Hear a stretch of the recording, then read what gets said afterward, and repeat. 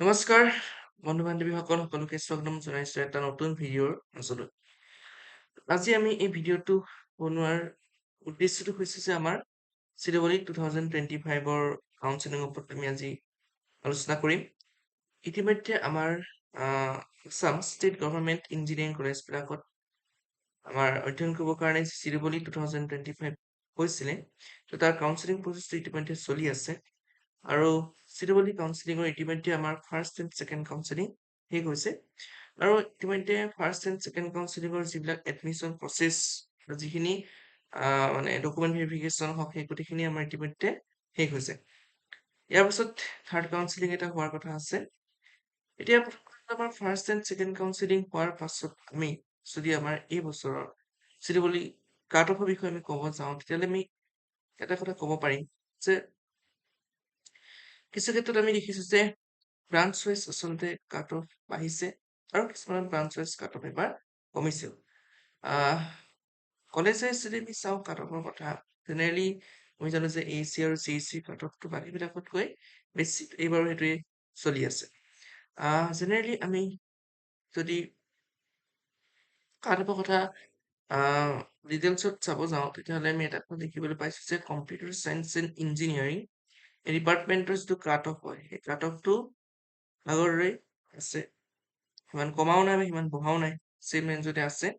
কিন্তু আমি এবাৰ দেখিবলৈ পাইছো যে মেকানিকেল ইঞ্জিনিয়াৰিং ডিপাৰ্টমেণ্টৰ কাট অফটো কিছু ক্ষেত্ৰত হয়তো কমিছে।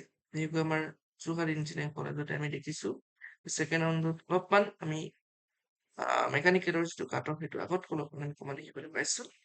বাকী জেনেৰেলি যিবিলাক ব্ৰাঞ্চৰ কাট অফ আগতে যেনেকে হয় এইবাৰ তেনেকে আমি হোৱা দেখিবলৈ পাইছো।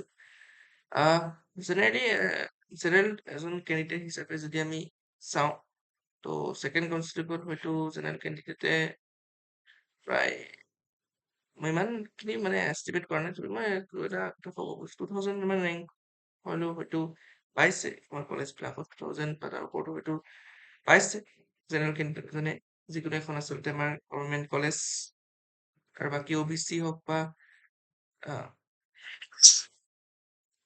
ক্ষমা কৰিব OBC হওক বা অন্য যিবিলাক কাষ্ট আছে সেই কাষ্টৰ ষ্টুডেণ্টবিলাকেও আচলতে ইয়াতকৈ অলপমান কম তেওঁলোকৰ কাট অফটো আমি যোৱা দেখিবলৈ পাইছো।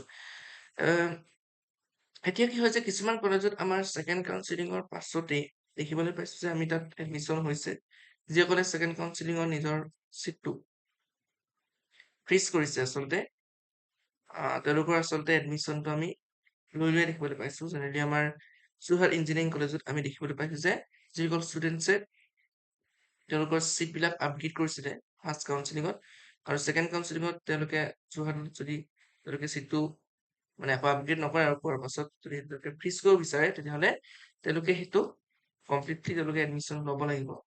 আৰু মানে বিশেষকৈ এটা কথা কোৱা হৈছে যে যিসকল ষ্টুডেণ্টছে প্ৰথম কাউন্সিলিঙতো যোৰহাট ইঞ্জিনিয়াৰিং কলেজত পাইছিলে আৰু ছেকেণ্ড কাউন্সিলিঙতো তেওঁলোকে যোৰহাট ইঞ্জিনিয়াৰিং কলেজলৈকে আচলতে চিটটো আচলতে তেওঁলোকে আপগ্ৰেড কৰিছিল নিজৰ ইনষ্টিটিউটত আৰু সেইটোতে তেওঁলোকে পালে বেলেগ ব্ৰাঞ্চত তেওঁলোকেও যাব লাগিব। তেওঁলোকে যিটো ইতিমধ্যে 10,000 ৰুপিজটো পে' কৰিছিলে ইয়াত যোৰহাটত আগতে ফাৰ্ষ্ট কাউন্সিলিঙৰ ডকুমেণ্ট ভেৰিফিকেশ্যনৰ সময়ত তেওঁলোকে ছেকেণ্ড কাউন্সিলিঙত যে চিটটো ফ্ৰিজ কৰিব তেন্তে তেওঁলোকে 6,050 টকা মানে 6,050 টকা তেওঁলোকে দিব লাগিব আৰু দি তেওঁলোকে ফাইনেল এডমিশ্যনটো ল'ব পাৰিব বুলি কোৱা হৈছে।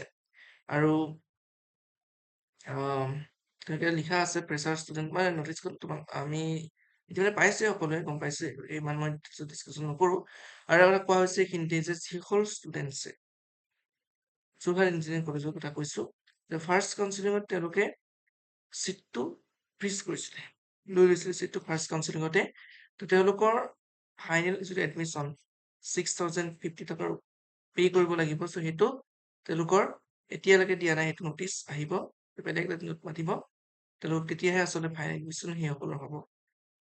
বাকী যিসকলে ছেকেণ্ডত কাউন্সিলিঙত নিজৰ মানে চিটটো ফ্ৰিজ কৰিছে ইয়াত যোৰহাটত তেওঁলোকে এডমিশ্যন মানে তেওঁলোকৰ ফাইনেলি ইতিমধ্যে হৈ গৈছে। আৰু ব্ৰাঞ্চ ৱাইজ যদি আমি চাওঁ আমাৰ মেইনলি প্ৰতিখন ইঞ্জিনিয়াৰিং কলেজেই চব ব্ৰাঞ্চ প্ৰিফাৰ নকৰে বা চব ব্ৰাঞ্চ আমাৰ নাই প্ৰতিখন ইঞ্জিনিয়াৰিং কলেজত আমি জানো যে আমাৰ যিখন আসাম ইঞ্জিনিয়াৰিং কলেজ আছে তাত আমাৰ টোটেলি 8টা ব্ৰাঞ্চ আছে। তাৰপিছত যোৰহাট ইঞ্জিনিয়াৰিং কলেজত 5টা ব্ৰাঞ্চ তেনেকে আমাৰ জিষ্টত আমাৰ BVC বা আমাৰ Golaghat engineering college, Dhemaji engineering college, এই 7খন ইঞ্জিনিয়াৰিং কলেজত তেনেকে ব্ৰাঞ্চ আছে। আমাৰ মেইনলি মেকানিকেল ইঞ্জিনিয়াৰিং ব্ৰাঞ্চটো আমি প্ৰায়খনতে দেখিবলৈ পাইছো ইঞ্জিনিয়াৰিং কলেজত থাকেই। বাকী কম্পিউটাৰ চায়েন্স ইঞ্জিনিয়াৰটো আমি প্ৰতিখন ইঞ্জিনিয়াৰিং কলেজত দেখিবলৈ নাপাওঁ। মেইনলি আমাৰ গুৱাহাটী আমাৰ আছাম ইঞ্জিনিয়াৰিঙত আছে, আমাৰ ইয়াত JECত আছে যোৰহাটৰ। তাৰপিছত আমাৰ জিষ্টত কিন্তু কম্পিউটাৰ চায়েন্স ইঞ্জিনিয়াৰিং ডিপাৰ্টমেণ্ট আমি দেখিবলৈ নাপাওঁ। তেনেকে আমাৰ কম্পিউটাৰ চায়েন্সটো আমাৰ ধেমাজি ইঞ্জিনিয়াৰিং কলেজৰ যিটো আছে অলপমান খেলি মেলি লাগিব পাৰে। আনহাতে ঠিক আছে আৰু তাৰপিছত আমি যদি ইলেক্ট্ৰনিক্স এণ্ড টেলিকমিউনিকেশ্যন ইঞ্জিনিয়াৰ কথা ক'ব যাওঁ, সেই ডিপাৰ্টমেণ্ট আমাৰ JECত আছে, সেই ডিপাৰ্টমেণ্টটো JECত নাই, সেইটো জিষ্টত আছে, তেনেকে আছে। গতিকে আমি কাট অফ ৱাইজ ক'লে হ'লে হাই কাট অফ সদায় আমাৰ যিটো যায় কম্পিউটাৰ চায়েন্স ইঞ্জিনিয়াৰিঙত এইবাৰ সেইটোতে গৈছে, বিশেষকৈ AEC আৰু JEC কথা আমি কৈছো। তাৰপিছত আমাৰ যাব ইলেক্ট্ৰনিক্স এণ্ড টেলিকমিউনিকেশ্যন ইঞ্জিনিয়াৰিঙত, তাৰপাছত জেনেৰেলি ইলেক্ট্ৰিকেলত যায়, মেকানিকেলত যায়, সেইকেইটাত যায়, তেনেকে আমাৰ কাট অফখিনি আমি দেখিবলৈ পাইছো। গতিকে আজি আমি ভিডিঅ'ত আমাৰ এইখিনি কথা আলোচনা কৰিছো, আৰু এইবাৰ আমি যদি আমাৰ ক্লাছসমূহৰ কথা ক'ব যাওঁ, যিটো আমাৰ নটিচত এটা কথা লিখা আছিলে যে এইবাৰ 3টা কাউন্সিলিংটো হ'ব বুলি লিখা আছে, আৰু চিট যদি ভেকেণ্ট থাকে বা তেওঁলোকে মানে 4th কাউন্সিলিং পাতিব বুলি কৈছে, আৰু 4th কাউন্সিলিং হোৱাৰ চান্স আছে বহুত, বা হ'ব পাৰে। কিন্তু 5th কাউন্সিলিং যে এইবাৰ হ'ব সেইটো কিন্তু ইমান ক'ব নোৱাৰি। তাৰপিছত স্পট এডমিশ্যন ডাইৰেক্ট পাতি দিব পাৰে 4th কাউন্সিলিঙৰ পাছত। গতিকে আমি যদি চাওঁ যে এইবাৰ আমাৰ ষ্টেট ইঞ্জিনিয়াৰিং কলেজবিলাকত যিবিলাক ক্লাছ, সেইবিলাক হয়তো আগতকে সোনকালে হ'ব, যিহেতু এইবাৰ যিটো বোলে এক্সামো সোনকালে হৈছে, কাউন্সিলিঙো আগতকে সোনকালে যিটো হৈছে, গতিকে হয়তো এটা অনুমান কৰিব পৰা যায় যে আগষ্টৰ শেষৰ ফালৰ পৰা হয়তো আমাৰ ক্লাছবিলাক আৰম্ভ হ'ব পাৰে। আগতে জেনেৰেলি আমি ছেপ্টেম্বৰৰ পৰাহে আমি ক্লাছবিলাক হোৱা দেখিবলৈ পাওঁ, কিন্তু এইবাৰ হয়তো ছেপ্টেম্বৰ নাপাবও পাৰে, তাৰ আগতে হয়তো হোৱাটো প্ৰায় নিশ্চিত বুলি আমি ক'ব পাৰোঁ। গতিকে আমি বেছি দীঘল নকৰোঁ, আজি ভিডিঅ'টো আমি ইমানেই আছিলে, আৰু ইতিমধ্যে আমি CEE ভিডিঅ'বিলাক আমি নেক্সট আনিবলৈ চেষ্টা কৰিম। CEE 2026ৰ কাৰণে যিসকল ষ্টুডেণ্টছে প্ৰিপেৰেশ্যন কৰিব, তেওঁলোকৰ কাৰণে আমি অতি কম দিনতে আমি CEE ৰিলেটেড বস্তুবিলাক বা এক্সামটো ভালকে আমি ডিটেইলছত ক'বলৈ চেষ্টা কৰিম। গতিকে আজি আমি এই ভিডিঅ'টো ইমানতে সমাপ্ত কৰিছো, আশা কৰিছো সকলোৱে ভিডিঅ'টো চাই ভাল পাইছে, আৰু অনুগ্ৰহ কৰি সকলোৱে চেনেলটো ছাবস্ক্ৰাইব কৰি দিব, আৰু সকলোৱে নিজৰ মতামতবিলাক জনাবলৈ চেষ্টা কৰিব। গতিকে সিমানতে আমি ভিডিঅ'টো সমাপ্ত কৰিছো, ধন্যবাদ।